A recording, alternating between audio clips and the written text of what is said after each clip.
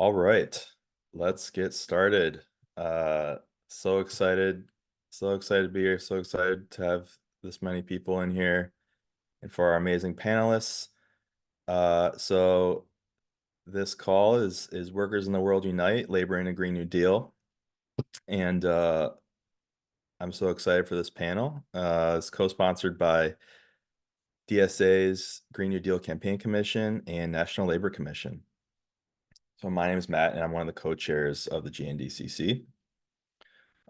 So this call is, is about an eco-socialist Green New Deal. How would it change work and labor? And what is the role of unions, bargaining for the common good, rank and file organizing, and other forms of labor organizing to help us win these Green New Deal struggles in the near and long term? So I'm going to start off with a little bit of framing to kind of situate our context and our conversation, and then we'll get right into it to the panel with our wonderful panelists. So rather than being a foreboding horizon, climate and ecological crisis is something that's already here, as I'm sure you all know, but it's unevenly distributed, playing out along lines of existing inequalities of race and gender and class. And, we see examples everywhere, constantly, not only heat waves and other climate accelerated disasters, but biodiversity loss and the sort of everyday injustice of disproportionate pollution in poor and racialized communities around the world. And this is the political and literal physical terrain of the 21st century that we are facing. But decades of neoliberalism has hollowed out the capacity of both the public sector here in the US and also organized labor. For example, at present, over 80% of US energy infrastructure is privately owned. And despite a lot of promising activity, our union density is at historic lows, 10%, and 6% in the private sector. But, the last few years, we've also seen a huge upsurge in militant labor activity, both in existing unions like teachers unions, like the Teamsters and UAW, and also new organizing in places like Starbucks, Amazon, and graduate students at universities. And we're seeing unions also take stands against the genocide in Gaza, and other important issues, beyond just, the next contract. And DSA has been embedded in many of these struggles. Meanwhile, large-scale spending over the last few years, including the Inflation Reduction Act, is also changing the Green New Deal and labor terrain. Far from being anything like a Green New Deal, the type of action that we need or want, the IRA is mostly a continuation of the status quo, where the federal government is, de-risking and incentivizing certain types of private sector investment and entrenching undesirable things like financialization or car dominance and fossil fuels.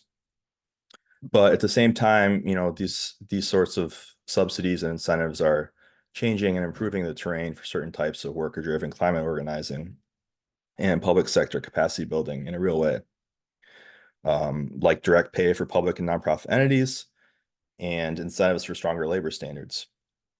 And so this is changing the labor and eco-socialist landscape. We're seeing new union organizing at electric bus and battery factories around the country, and also renewable energy jobs like wind and solar. And electric vehicles loom large over the UAW's recent historic contract fight. Labor is central to the question of advancing towards the just and sustainable society that we want and need. And workers build and grow our world, but the working class does not determine how the decisions that build and grow our world are made or planned. We are subject to the whims of capitalism and the ruling class. So we need to organize a working class for itself as a self-conscious political actor to change that. We need to keep our planet habitable and ameliorate the vast inequalities and injustices of the status quo. So that's the promise of the Green New Deal which is not, limited to any resolution or even just a federal level.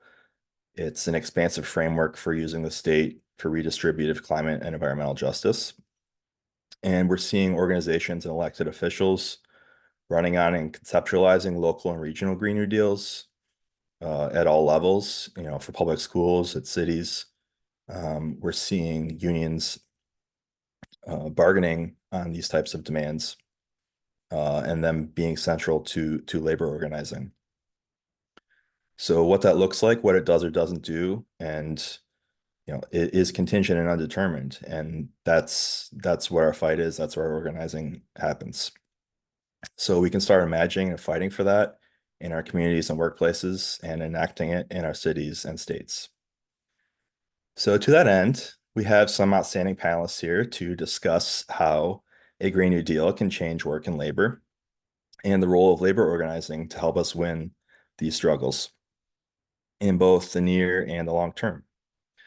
So we have Vanity Amano, who is a public school teacher and a member of United Teachers Los Angeles. We have Sydney Ghazarian, who is a former Green New Deal campaign commission organizer who works for the Labor Network for Sustainability, and she's also a member of DSA LA. We also have Gustavo Gordillo. Gustavo started and led the campaign to win the Build Public Renewables Act in New York, historic Green New Deal legislation. He's a union electrical worker and a member of New York City DSA. And we also have Marcelina Pedraza. Marcelina has been a union electrician for 25 years and is currently a member of UAW Local 551 at the Ford Chicago Assembly Plant. She's also a member of UAWD, a rank and file caucus of UAW members, and a community organizer passionate about environmental and workers' justice. So now I'm going to start off with our first question for our panelists. What is the role of rank and file organizing and bargaining for the common good in winning Green New Deal demands? Gustavo, can you start us off? Yeah, hi everyone. I'm really happy to be here. So I'm Gustavo and I'm in New York City DSA. I'm a rank and file member of IBEW Local 3. I'm an apprentice right now, an electrician. And I've been involved in climate organizing for pretty much since 2016, 2017. And I helped pass and start the campaign for the Build Public Renewables Act in New York State. That started in 2019. And so far, I think most of the Green New Deal victories that I've seen, especially the ones I've seen most like up close, they've been supplemented by rank and file organizing in unions, but they haven't necessarily been led or at their core fundamentally driven by rank and file organizing. And I can talk a little bit about what that looked like in our campaign for BPRA and then also more broadly. So for the Build Public Renewables Act, we got the most amount of support from UAW rank and file members and also from the teachers in the New York State teachers and NYSA, it's called. So UAW members, both in DSA, who are organizing in their workplaces, tried to get an endorsement for our bill pretty early on. But that was during a previous administration in the union. The leadership was not necessarily opposed, but didn't have a lot of interest in moving bills and political priorities that members were putting forward. So it didn't really go anywhere for a while. We didn't try very hard because of the leadership as well. And then a lot of those same union members who were part of our campaign helped to elect a new administration in UAW and got a new director for the region elected, Brendan Mancia, and we also made many more contacts with people who were in the political committee for the region who were also sympathetic, who were socialists, cared about the campaign. And so we got an endorsement, and UAW probably ended up being the union that was most in front of fighting for BPRA. And with NYSUT, with the teachers, it mostly started with rank and file members in the CUNY City College system. We had retirees, current workers too, who brought a resolution to their convention. And initially they did it in their local, then they brought it to the state formation, and all of this passed. And that was, the teachers union is one of the biggest unions in the state, so it carried a lot of weight. But it wasn't like the top priority for the teachers in the state. And so they weren't even like necessarily the primary actors. The one case in New York that I've seen that has been maybe where labor has maybe had a more central role, but not quite like leading, I would say, is in the push to build offshore wind. There are several contracts that are actually currently in danger right now, but they have been passed that got a lot of core support from the building trades, especially at the leadership level. There has been rank and file organizing in my own local. We've had town halls for members to come to learn about the political process of how contracts are won, how we got project labor agreements, why this is going to be good for labor to build offshore wind off the coast of Long Island. And workers kind of know, have a sense that the green transition is happening and it will impact our jobs, and it could be very good for electricians. But I think there's like skepticism and also like some level of disorganization because the unions aren't necessarily like seen as a place for politics to happen right now.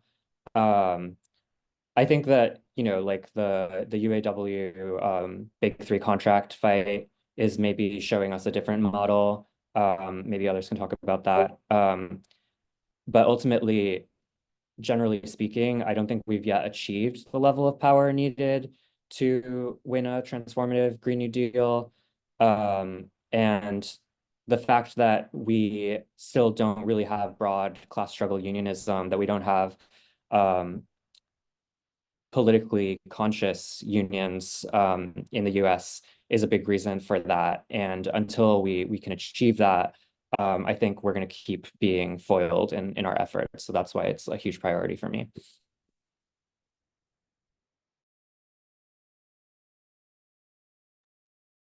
Any other panelists want to respond to that question?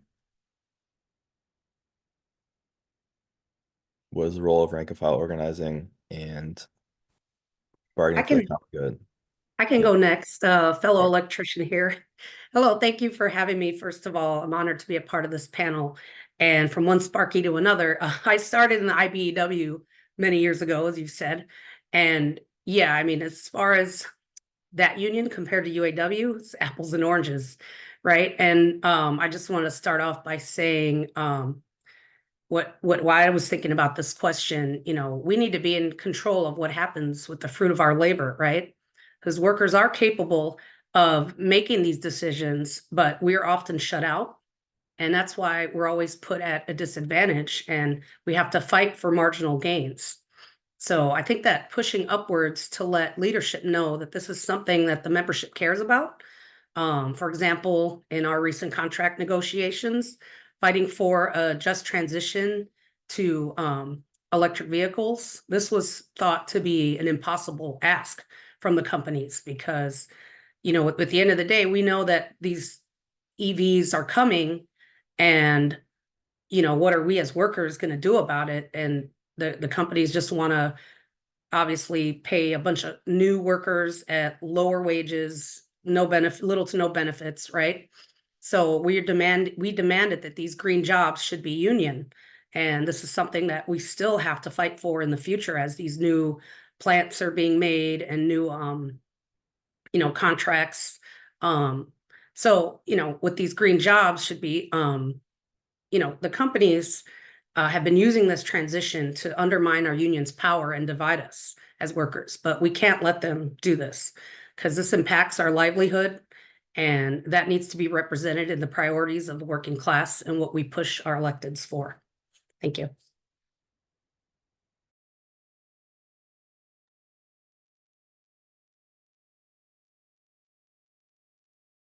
Thank you. Sydney or Vanity, you have any thoughts on this question?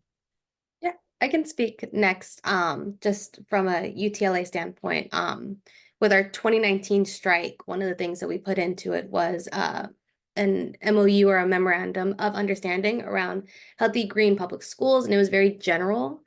So when we went on, or when our contract was expiring in 2022, one of the things that we definitely wanted to push as rank and file members was not to forget that we had this memorandum of understanding, but actually push it forward, and to really make sure that the school district took us seriously when it came to our demands for green spaces on campuses, and making sure they acknowledge that, because while they would have given us, some version of a pay increase and everything else, it was as if they didn't think the common good demands, especially around green spaces, was valuable enough to put into our contract. And so we fought, and we made sure that all of our members understood the impact that this has for every school. And it's been great. We were able to get someone for each campus to be a climate literacy champion. It hasn't been great integrating. I did the program just to make sure I understood what was going on, or what the district was providing for everyone.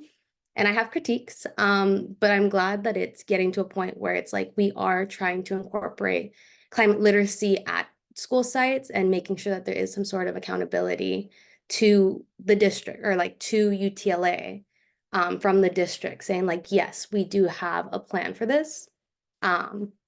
Yeah, so I feel like when it comes to rank and file members, it's not forgetting that these are things that we've won and that they need to be enforced. And if we're not the ones to do it, our bosses will just kind of push over and be like, this wasn't really something you needed to fight for.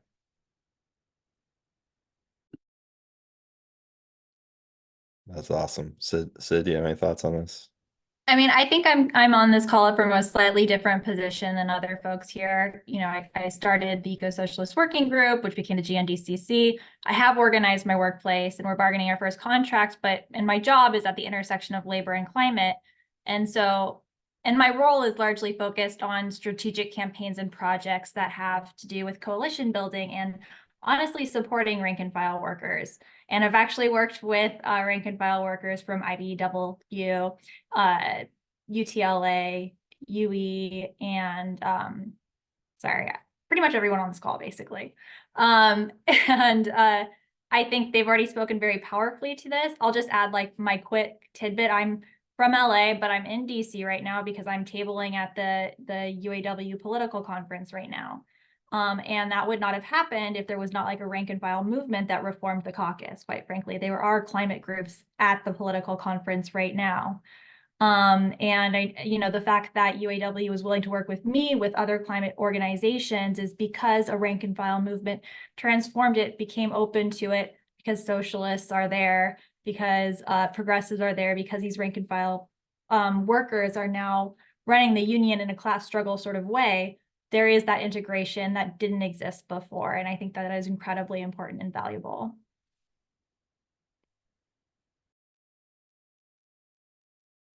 Love it. Yes, thank you. Yes, Sydney started the Ecosocialist working group, which is now the GNDCC way back. So she is, we are grateful for that. So next question, how can reforms like elections, legislation, ballot measures build class consciousness and improve our political terrain? Vanny, go to you first. Yeah, like I mentioned before, I'm a member of UTLA. We're currently in a school board race for 3 board seats, and we know the value of having people on a school board. I know it's different in different areas, but for LA specifically, we have the power to elect people to the school board, and then those people will pick a superintendent from there.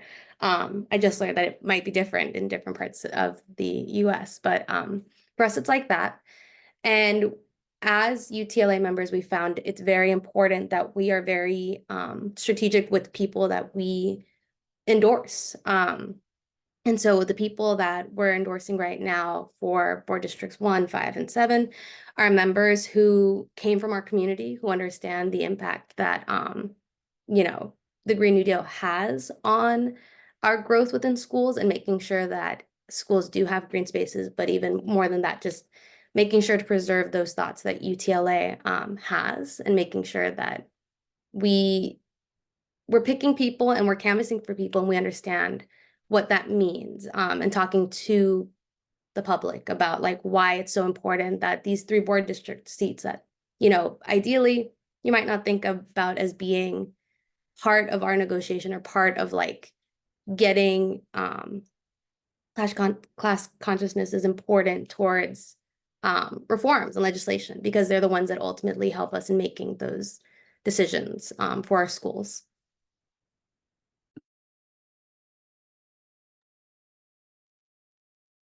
Any other panelists want to follow that?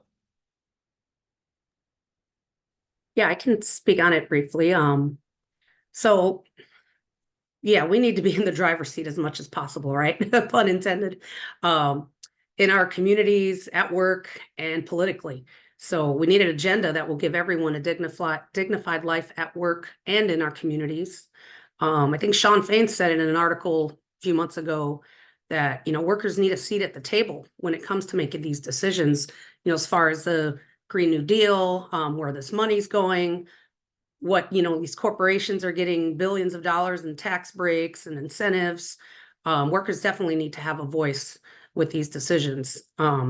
So in my work with the Southeast Environmental Task Force, we have won fights against toxic polluters in our neighborhood, who wish to keep dumping on us, right? I live in southeast side of the Chicago, near the plant. You know, it's considered a sacrifice zone because we have a lot of land that's zoned for industrial use. So for years, you know, decades ago, 100 years ago, when my grandparents worked at the steel mills, you know, that toxic legacy is still with us, right? So as, you know, those mills are long gone, but, you know, every few years, new companies try to come in, new polluters, and keep dumping on us. So where does that leave us as a community, right? With some of the highest cancer rates and lung disease rates in the country. So, you know, our organization works with other environmental justice orgs, and, you know, in campaigns, we fought the Koch brothers to stop storing their pet coke, their dirty pet coke in our neighborhood, because it was blowing literally all over our houses, on our barbecues, you know, on windy days. The city told us, oh, just close your window and don't go outside. Like, that's not fair, because, you know, in Chicago, we don't get very many nice days to go outside, especially with climate change. We either have extreme heat or extreme cold, right? There's that small window of spring and fall, but on a windy day, we can't even go outside and enjoy the weather. So also, we had a Stop General Iron campaign, which was a metal shredder wanting to relocate from the north side, a wealthy white community of Chicago, to my neighborhood, working class, Black and brown community. And we said no. And it was a years-long fight. And we got the city to finally deny the permit. You know, it was on Lori Lightfoot's end of her term. But then, you know, now, of course, the company is still in litigation with the city. And so far, this facility is not operating. It's there, but it's not able to operate yet. So we consider that a win for environmental justice. And now, because of our fights that we're continually have to do, it's like we're playing whack-a-mole. You know, who's coming next? You know, we had a gasification plant that tried to come in a few years ago, and we knocked that down, or the community voted against it. But because of these, you know, the city of Chicago has to do a cumulative impact assessment, so we don't have to keep fighting these battles. You know, how do we, as a community, like, we just find out about it, and then we're the ones that have to go to the front lines and say, no, we don't want this in our community. Or, you know, there just needs to be more class consciousness. And hopefully you know, reached out to a lot of folks and grown, you know, in our organizations. So that's definitely what, you know, we need to keep doing. So, I can say a little bit. So as I mentioned before, I helped pass the Build Public Renewables Act. In case you haven't heard of it, it was a campaign to expand public ownership in the energy sector in New York to get New York State to build renewable energy that's publicly owned, that has democratic control, that's owned by, you know, the people. And I really agree with Marcy that workers need to be the driving force, to have control over their lives and over their workplaces. And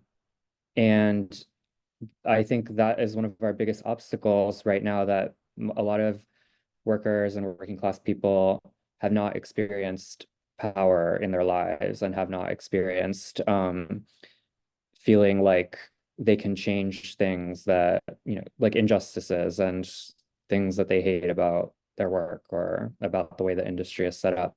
And in order to pass this campaign, we had a lot of ideological resistance in the government toward expanding public ownership at the state level. And ultimately, one of the major tactics that we came up with was to run election campaigns against opponents of the bill, primaries. We did one in upstate New York. It was the first time a socialist had been elected upstate in decades. And we ran one of our eco-socialist comrades, Sarah Hanna Shrestha, who was on the Eco-Socialist Steering Committee here in DSA. Anyway, she used the bill really to organize her district. The whole campaign kind of became a vehicle for talking about the BPRA bill and why we need to have working class control over the energy system and not just, you know, put it in the service of private profits, which is what, you know, the plan until that point was. So that really politicized the district, created a new socialist presence that didn't exist before. We did that in a few different districts and campaigns. There was another one in Brooklyn and Flatbush for David Alexis, who was primarying the chair of the Energy Committee. And we say that, like, basically everyone who canvassed for David was part of helping to win BPRA ultimately. And we saw how a lot of the people who started as volunteers didn't see themselves as eco-socialists, or were skeptical that we could really change our energy system on our own. And we proved that we could, to some degree, have power over our lives. And I think we need to keep showing that over and over to be able to politicize people at scale.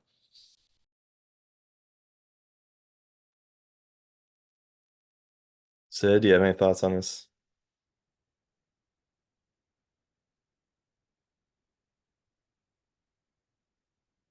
Sorry, y'all. As I said, I'm in a hotel, so I lost internet for a second there. Thanks for being with me. So I'm going to say this in kind of a convoluted way, so just, again, bear with me. But first, let's just acknowledge that capital increasingly relies on the state. So to weaken capital, we have to engage in the political and electoral arena. That's something we have to do. And how electoral reforms can build class consciousness and improve our political terrain depends on the reform and how the campaign is run. I think folks on this call gave really good examples of what that can look like. But let's just be clear in saying that we're trying to win non-reformist, transformative reforms, ones that are materially consequential, highly visible, explicitly politicized victories, improve conditions of working class life, build socialist political power in office, and heighten the capacities of self-organization amongst the working class. And then the second thing I'll say is just a factual framework, which is that climate change poses a near-term existential risk to humanity and the world that we know. So tackling it will require a rapid and transformative remaking of society and the economy. And we should probably do that in a way that also tackles other existential crises we face, from deepening inequality to systemic racism, economic precarity, suppressed democracy, et cetera, et cetera. And I think my opinion is that the transition to a sustainable economy, both the process and the end goal, is a primary terrain of struggle over the next decade. And in the context of neoliberalism in the United States, workers are treated as disposable, and we have limited social safety nets. So when workers lose their jobs, they don't have a means to secure food, shelter, healthcare, basic human rights. So when we talk about responding to climate change at the scale, speed, and scope necessary, it makes sense that some workers feel threatened by this, given the world we live in. And so tackling climate change in a neoliberal framework actually risks political backlash. And so because people are already experiencing this transition because of the IRA and other things right now, we need to have massive reforms, structural reforms, political reforms, and we can do it in ways that actually do the things I said earlier. And I think we should fight for things like universal social safety nets, like healthcare, job guarantee, labor reforms baked into massive sustainability. We should contest the way that IRA money is spent, because all of these things can improve the conditions of working class life. They can build socialist political power because they can help build an arm that brings together climate, youth, labor, et cetera, rather than having them be pit against each other. And some might say that's like the beginnings of like a proto party or something like that. So that was what, and I'll stop there.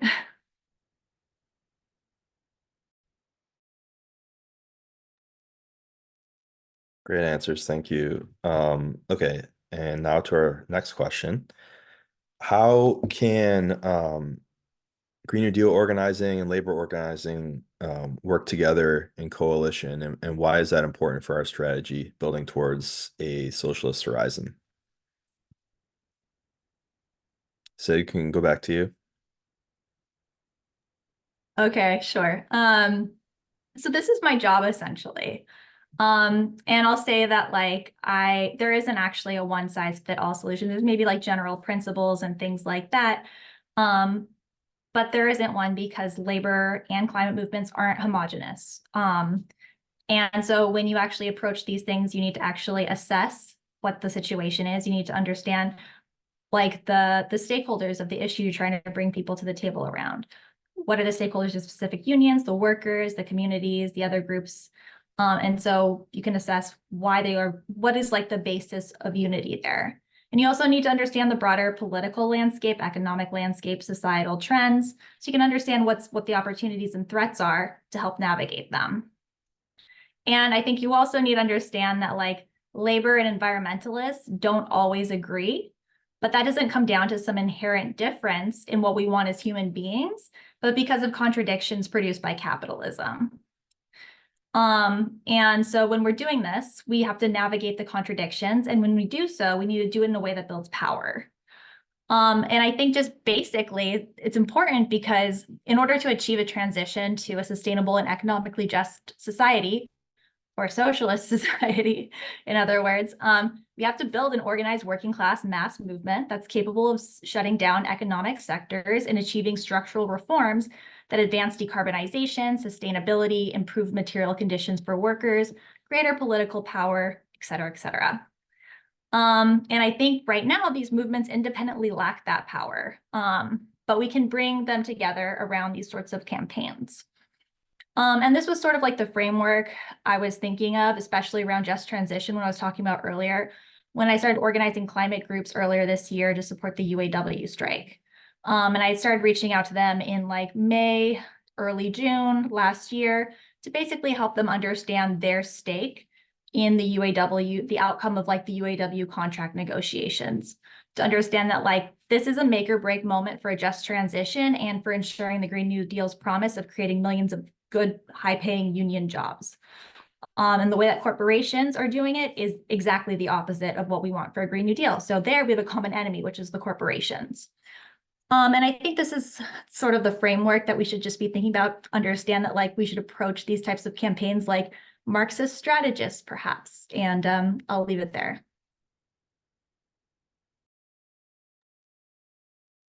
We love navigating contradictions and building power. Vanity or Marcy, do either of you have thoughts on this question? Yeah, I can go next. Sydney put it, so greatly. I don't know how to follow up with that. just, you know, that we need to decide what is best for us, right, as a working class. And if we give up that power, we will never have a healthy and safe world. And there's a link in what the working class cares about. It's all tied together, right? Environmental justice is global. These corporations are already thinking globally. We should be thinking globally too, because all they want to do, the companies, they want us to fight each other on these issues. But we need to stand together in protecting our fellow humans and our planet, because environmental justice is workers' justice. You know, and all these issues. You know, I've had conversations with people in other campaigns I'm in. You know, why is women's health care a workers' issue? Or, you know, ending the genocide, you know, is a workers' issue. You know, and these are all things that obviously capitalism wants us to keep fighting over, so that we're not, you know, going to ever agree and get things done that we need to be getting done.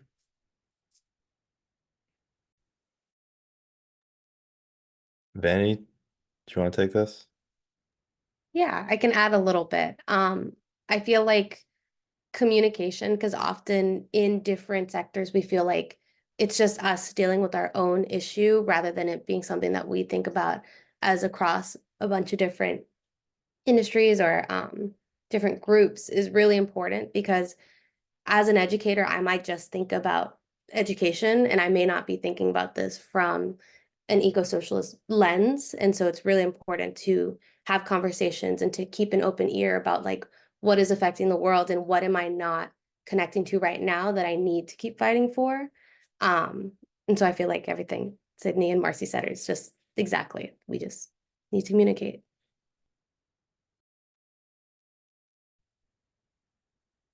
Excellent, thank you. Okay, next question. How can we build a bridge between organized labor as it exists and the horizon we're seeking to build? You know, for example, there are, you know, we support workers in all their fights against the bosses, but, you know, some industries maybe have to go away or be shrunk or radically transformed, you know, most notably the fossil fuel industry. Marcy, do you want to start? Sure, yeah. So I mean, this is a great question. I mean, these are all great questions, right? But this one I could really relate to. And just as, you know, first off, I've been called the job killer so many times, like I can't even count. But and you know, I try to relate these issues to my coworkers, you know, and I've worked at industries like BP, which is right across the border from me in Indiana, you know, one of the heaviest polluters in Northwest Indiana, in the whole country. That section of Northwest Indiana is notorious for air pollution, you know, and it's just it's crazy how much money these places have, and the way they try to shut people up in the community is they, you know, they give money to the area surrounding, like, and they have, you know, thriving businesses and a new baseball field for the community, you know. But meanwhile, people are sick and dying. Workers are getting sick and dying, and it's very dangerous work. It's a very dangerous job. And we just went to our with the task force and other organizations in the city, Chicago Teachers Union, Sierra Club, and RDC. We had a big protest against, well, semi-big, could have been bigger, against the API conference, which was in Chicago recently, the American Petroleum Institute. So these are just a few ways, you know, that we're starting to build coalitions with labor and environmental justice. We also had a meeting at the Illinois Commerce Commission to stop the rate hikes from people's gas. You know, they want to keep increasing these rates for utilities. And, you know, ever since the pandemic, we've all seen like surges in utility costs, and, you know, people are fed up and can't afford, you know, basic needs anymore. So that's how we get, you know, workers to start realizing, yeah, you know, this does affect me. It's not just about, you know, whether I have a good job or not. You know, these two have to be linked together, and we need to work to come together as much as possible. You know, unions, grassroots organizations, environmental orgs, and we have only something to gain by working together, right? And these corporations only care about profit over people. So, and we shouldn't have to choose between good jobs and clean air. We shouldn't have to choose between safety and a green economy. As we make this transition away from fossil fuels, workers shouldn't have to worry about losing their jobs. I think one of the questions in the chat I can address too, these new green jobs should be union jobs. And this could be, instead of a car-centric society, building new public transportation, green public transportation, new green schools. We're also fighting in the city for new green schools, green infrastructure. I know with the water district, they're trying green infrastructure in certain neighborhoods to combat flooding. They could be doing a lot more, electric freight trucks, etc. So, but about the car centric, there's a plant down the street from the Ford plant where I work that builds subway cars for not just Chicago, but for I think the whole country, maybe even globally. It's a Chinese corporation. They moved to Chicago and that's built by union labor. There's electricians that work there, sheet metal workers and production workers. So that's another, possibility. And as far as I'm going to go ahead and answer that question if I can, because my plant is, the longest running Ford plant in Ford's, system, right? And so everybody always says it's a rumor, oh, they're going to close the plant, they're going to shut down the plant. And we've already heard that. I mean, we've heard that so many times, but we've heard that the products that are made at Chicago Assembly, the Explorer and Aviator, the electric versions are going to be made in Canada where they make the Edge, but that's being discontinued. And people wondering, why can't we make it here? And, the company says there's no room. We'd have to build all this extra stuff. And we don't have room because we're by the river and the railroad. So what else can we build? Are they going to leave 5,000 plus workers on the street? So this is where workers will pay attention if their job is on the line, or if they're thinking of moving across the country or across the border, so. But in conclusion, I'll just say to this question, a healthy environment means healthy workers. That's a great line. Anybody other panelists have any thoughts on this? Yeah, sure. I can say something. I work in the construction industry in New York. I'm still pretty new. I'm an apprentice, so I'm training. And I often ask the people I'm working with, the mechanics, what their favorite jobs have been, or what other kinds of things they've built in their careers. And in New York, like the trades are oriented toward pretty much building anything, and they're happy to have any kind of construction job. And members often sort of think of it that way, or the union isn't really like politicized around what kind of work we're making. My last company that I was working for was building corporate offices for Pfizer. And some of my coworkers had been on that project, and I was asking them about it. They were saying like it was this insanely lavish project to build capitalists like bulletproof offices. And I said, I think those people are criminals. And they agree with that pretty much. And similarly, the building trades in New York work on building prisons at Rikers. I met a painter who had been working there for a long time. And we're working on a new bill in my chapter in New York City DSA for green social housing.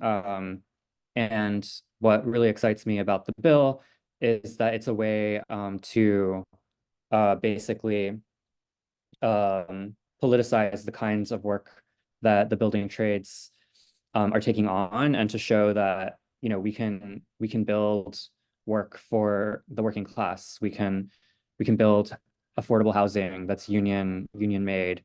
Right now in New York, most affordable housing is non-union.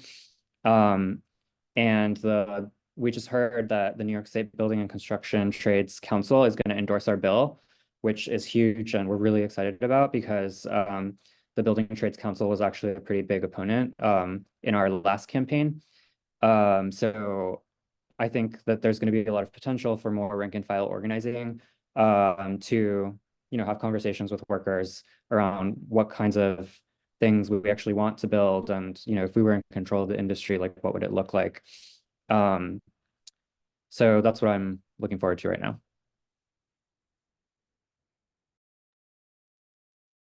Sid or Vanity? Any thoughts?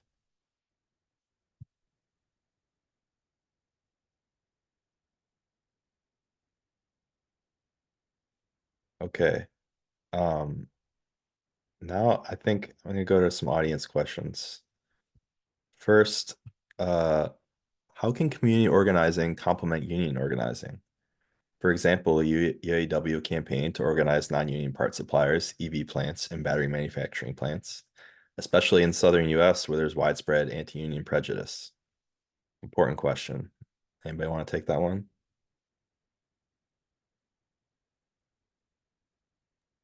Was that the first one? Oh, that's the second one. Okay.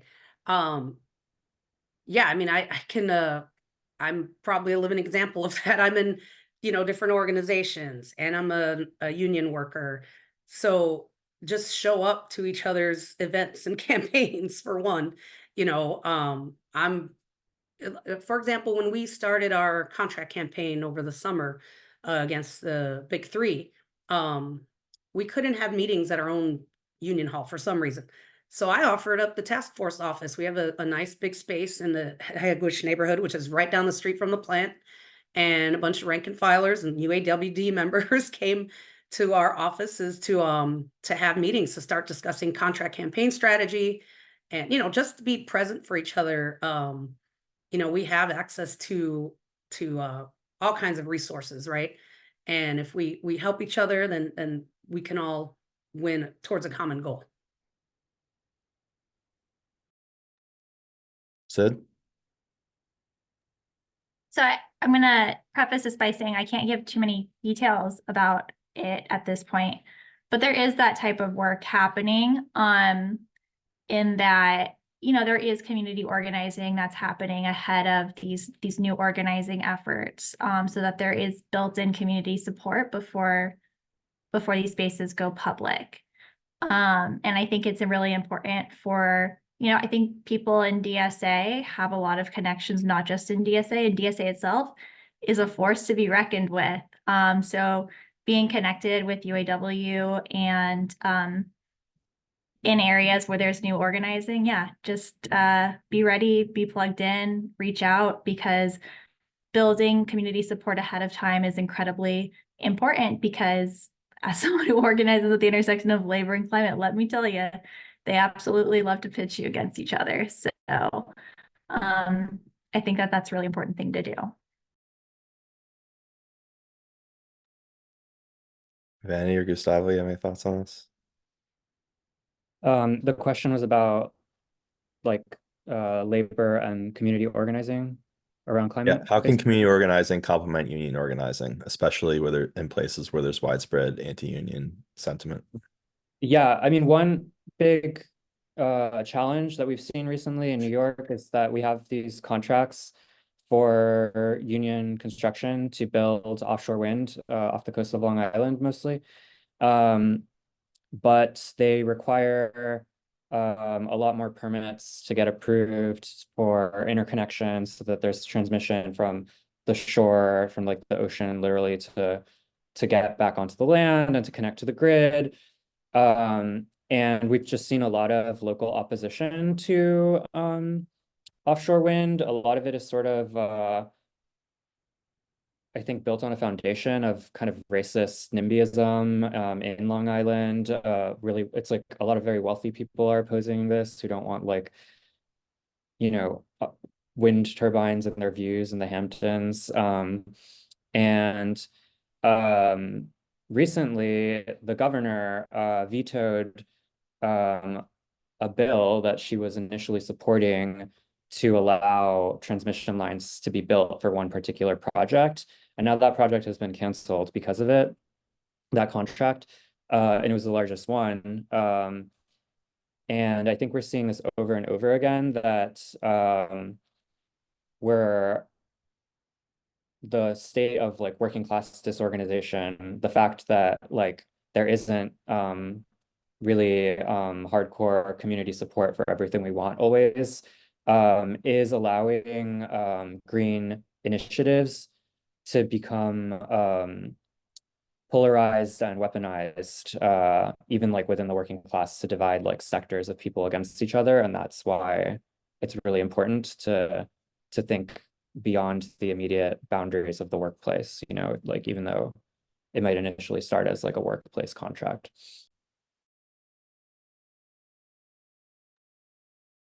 Vanny, do you have any thoughts on this one?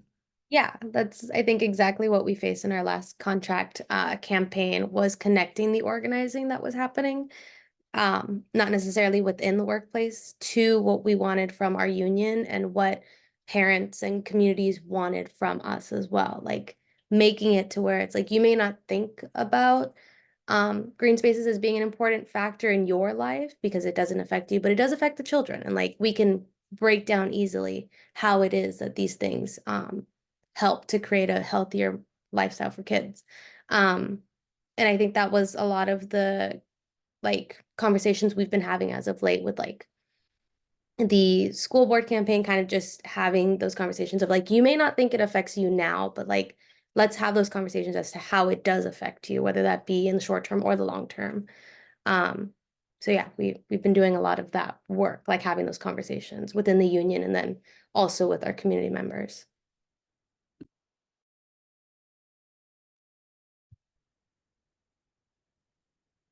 Excellent, thank you. So next audience question. What are effective methods of engaging unions who either are not directly affected by GND initiatives or maybe negatively affected? And actually, I'm going to combine that with another question. How can people who are working on climate or environmental or GND campaigns build relationships with labor unions and rank and file workers or vice versa?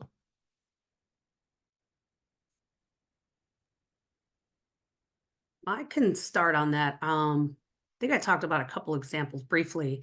Well, for one, when Lucadia was a gasification plant that wanted to build their, polluting plant across the street from a high school, on the site of old steel mill, where it's actually where General Iron wants to operate. We fought against that, and I hung out with a bunch of my trades siblings, at the local neighborhood bar, and they knew I was part of this campaign, and they were all mad at me, like, it's going to be a great job for the next year. As when I was in construction, as you know, Gustavo, you're looking for work, you got to just go where the work is. And this was right in the neighborhood. And so they're like, why are you fighting this? It's going to be a good job for a few months, going to be a lot of overtime. I'm like, yeah, it's a good job for a short amount of time. But then what? Then there's maybe a few operators at the plant, nobody local, some engineers from far away. It's not benefiting our community. They're not going to hire thousands of workers from the neighborhood. And even if they are, they're going to pollute the shit out of us. So it's going to be a small facility, probably run remotely by some, and the long-term effects far outweighed the short-term benefits. So that's one thing I would, argue with about trying to fight for, cleaner jobs, greener jobs. I mean, it's a battle. It's tough. I mean, I ask myself this almost every day, like, how can we get labor on board, And I think I forget what is the other part of the question. I'll just stop there. I'll say that in New York, the pipe fitters have been very, very interested in geothermal energy because it can replace gas, which is kind of part of their bread and butter. And it's pretty similar work, installing pipes and stuff. So fighting for jobs that are going to involve geothermal, fighting for state funding for it, I think is pretty important. In my union, the electricians are probably like the part of the construction industry that's going to benefit the most from the transition. But we do have, we do have work in big gas peaker plants and doing like gas generation. So I think it's a matter of kind of laying out, the costs and benefits, like Marcy's saying, is a temporary job really worth like a lifetime of like possible exposure to toxins that are going to give you cancer and like destroy the environment and make like your city unlivable for your kids and stuff. I think as people are seeing climate disasters, it becomes a lot more real, like what the future holds. our union typically sends workers to help with disaster recovery, to install like electric equipment after hurricanes and stuff. A lot of workers went to Puerto Rico after Maria, and I think that started like a lot more interest in climate organizing. I will leave it there. Yeah. Sid or Vanity, you have any thoughts? I think what was already said was really good. So I don't want to belabor it too much, but I'll just say that I think because of the IRA, a lot of industries have been catapulted into transitioning. And there used to be a fight between environmentalists and labor, like whether or not to transition at all. And now the fight is not exactly that. It's more like, what will that transition look like? So it's an opportunity for building alignment on how that transition will be carried out. And I think that in and of itself is an opportunity for climate to show up really, really hard, for socialists to show up really, really hard and fight for making sure the implementation is just, that workers come out on the other side better than they are right now. And that is like how we can build political power for like this new green era. So even when people are opposed, it's maybe that's an opportunity in and of itself.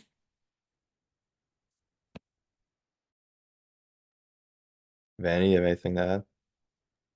Not really. I felt like that was really well put. Because yeah, those conversations come up and we move people closer and closer to caring more about creating, a more prosperous future when it's like it directly influences them.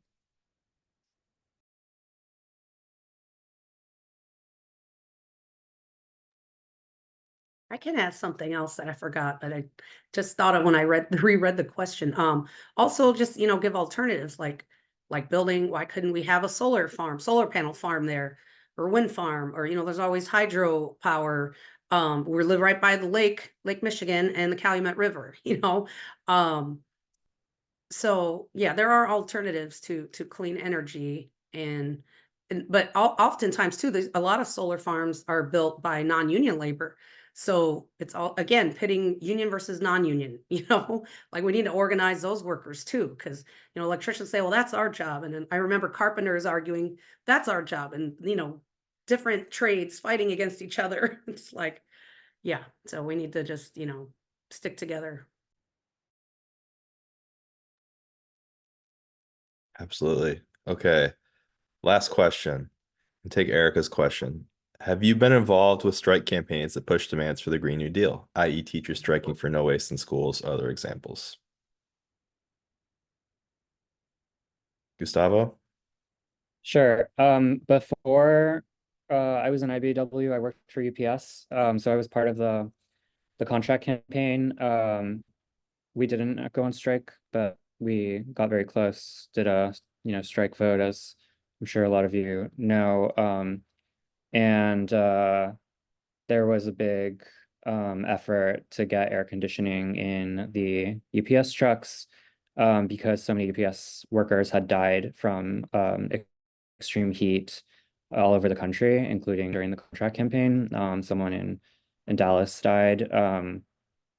And we had coworkers who were like passing out, who had to like stop working because of the heat. And that we ended up winning, a good amount of that demand in the final contract because of the strike threat.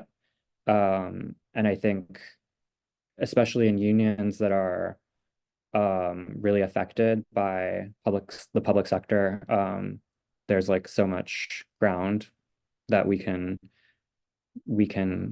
take on, fights that we can take on that we haven't yet, through using the strike threat and going on strike for the Green New Deal.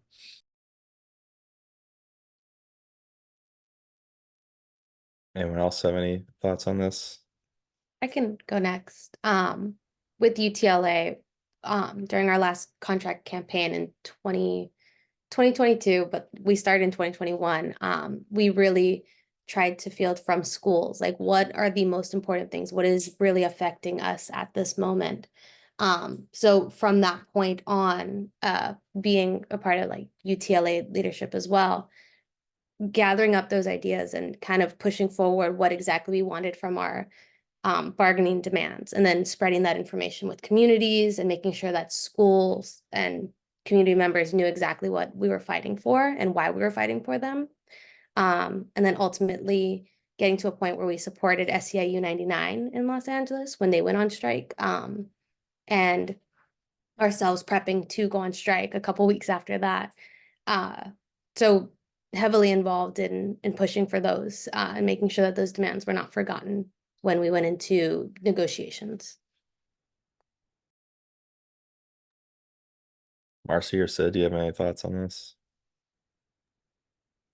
What was that question again? I'm trying to answer another question online. Oh, no worries. Have you been involved with strike campaigns that push Green New Deal demands, i.e. teachers striking for no waste in schools?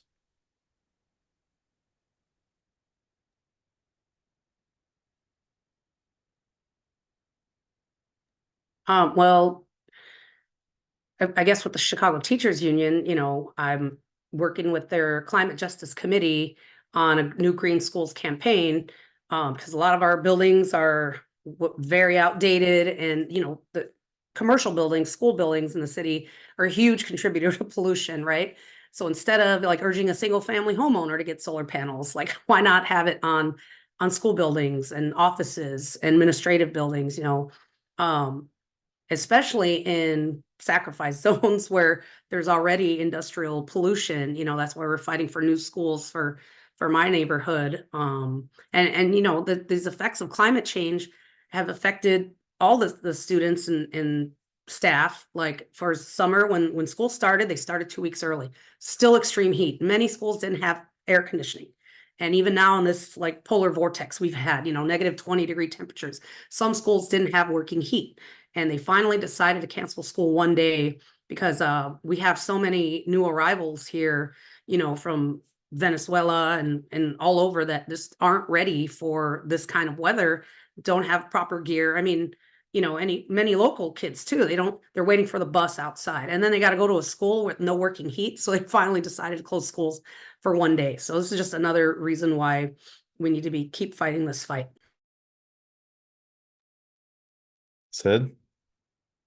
Anything to add? I mean, I'll just, again, everyone said great things, and my job is like, I support people who want to do this type of work in their unions and in their workplaces. And so I've been on the periphery or like advising on a lot of these types of different campaigns. And if that's something you want to do in your workplace, you can come talk to me, because that's what I do. And also another thing that we do is we help build connections between different rank and file members who are maybe in the same sector. Like we have a teachers network, an educators network. And so like folks from UTLA, CTU, et cetera, talk about the climate stuff that they're advancing with AFT and NEU rank and file members to make pushes together. And so that came out of labor notes. They just asked us to hold it down for them and do some of like the administrative labor. So there's a lot of stuff like that we do like supportive work on. If that's something that you want to do and you need some help, please feel free to reach out.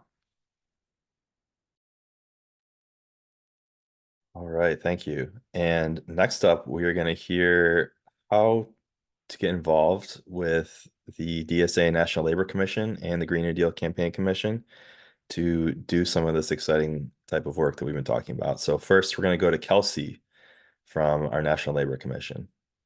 Yo, what's up, guys? I'm Kelsey on the National Labor Commission Steering Committee, organizing from Atlanta DSA.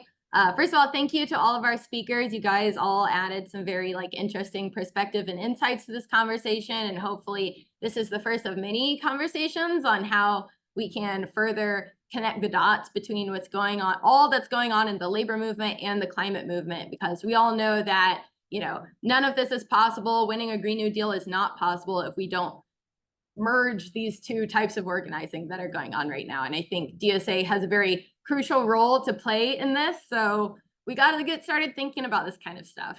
So first of all, we heard a lot of questions in the chat about how we as community members or workers ourselves or DSA members can help support climate organizing and build those connections with rank and file workers in these key industries that we're talking about here. And a key ingredient of that is labor solidarity. So hopefully a lot of people on the call right now participated in the Strike Ready campaign this past summer. DSA came out in droves to support organizing Teamsters during their practice pickets while they were gearing up for their contract fight. And we did the same thing with UAW workers during the fall. And during this process, DSA chapters all over the country built very close ties and strong relationships with rank and file workers at these big 3 auto plants. And this is obviously something that we plan to continue through future strike campaigns. And this is something that the NLC is talking about right now. We're gearing up for lots of potential contract fights over this next year. IATSE is planning to have a big contract fight coming up. We're probably seeing contract expirations with AT&T, teachers unions, SEIU, and many more. So definitely try to stay tuned in to what's going on with those fights, and feel free to contact the NLC if you know of a local contract fight that's happening in your area, because like I said, the best thing that DSA members can do is actually show up to those picket lines, materially support unions, go to the picket line, strike up a conversation with workers, build those relationships member to member, because that's how we really are gonna, actually merge these two movements at the end of the day. Let's see, some other stuff that's going on with the NLC is, as Sydney alluded to, we also want to stay tuned for these new organizing opportunities that are going to happen with UAW, because it is very likely that DSA is going to be able to play a community support role in these initiatives. Something that I want to plug, which hopefully is being shared in the chat right now, is the NLC just released our new labor survey. So this is a great opportunity for you guys to tell us a little bit about yourselves, the labor work that your chapter is doing, what industries you work in, what union you're a member of. This kind of information can help us facilitate connections between folks in the same unions who are working across similar industries. For when we do have these contract fights, we know how to reach out to you. We know how to get you plugged in and involved. And we also have a place in the survey where you can indicate that you're interested in getting involved with just transition labor organizing. Because like I said, we do want to be having these conversations more and figuring out what kind of role DSA can play in this initiative. If you are a member of a union, you might want to consider how your union can support Palestine organizing that's going on right now. The UAW, the UE, and many other unions have released statements in support of a ceasefire. And these kinds of initiatives are happening because of bottom-up support from rank and file members who are proposing resolutions in their locals. So if you want to get involved in that, that's something else you can fill out on our labor survey. There's currently a subcommittee of the NLC working on Palestine solidarity. And finally, if you want to organize your own workplace, or you're looking to coach others who are getting involved with new organizing, you can look into EWOC, Emergency Workplace Organizing Committee. That's another initiative that the NLC is involved with. And finally, as many of you know, the Labor Notes Conference is coming up this April, I believe. And we're working to help DSA chapters be able to send their own members. It's a great transformative experience, a good opportunity to learn about the types of labor organizing that's happening around the country, connect with like-minded folks in your own union. I'm gonna plug one more time, please fill out this labor survey. It's the best way for us to follow up with you if you are involved in this sort of Green New Deal labor organizing. And don't hesitate to reach out to the NLC or ask for support with your own local labor organizing initiatives. But just to wrap everything up, I think, we're learning that the Green New Deal and labor organizing are very much tied together. And so if you are a member of a local DSA chapter and you're looking to build connections with rank and file union members in your area, the best way to do that is through your local labor committee. And so we're here to help you guys set that up, and whatever you guys need to get started to start reaching out to local unions and building up that local solidarity, feel free to reach out. Excellent, thank you. Many great things. Okay, and here at the GNDCC, we are organizing a Building for Power campaign where we're helping DSA chapters around the country build and win campaigns around 4 key areas. That's green social housing, public transit, public power, and green public spaces.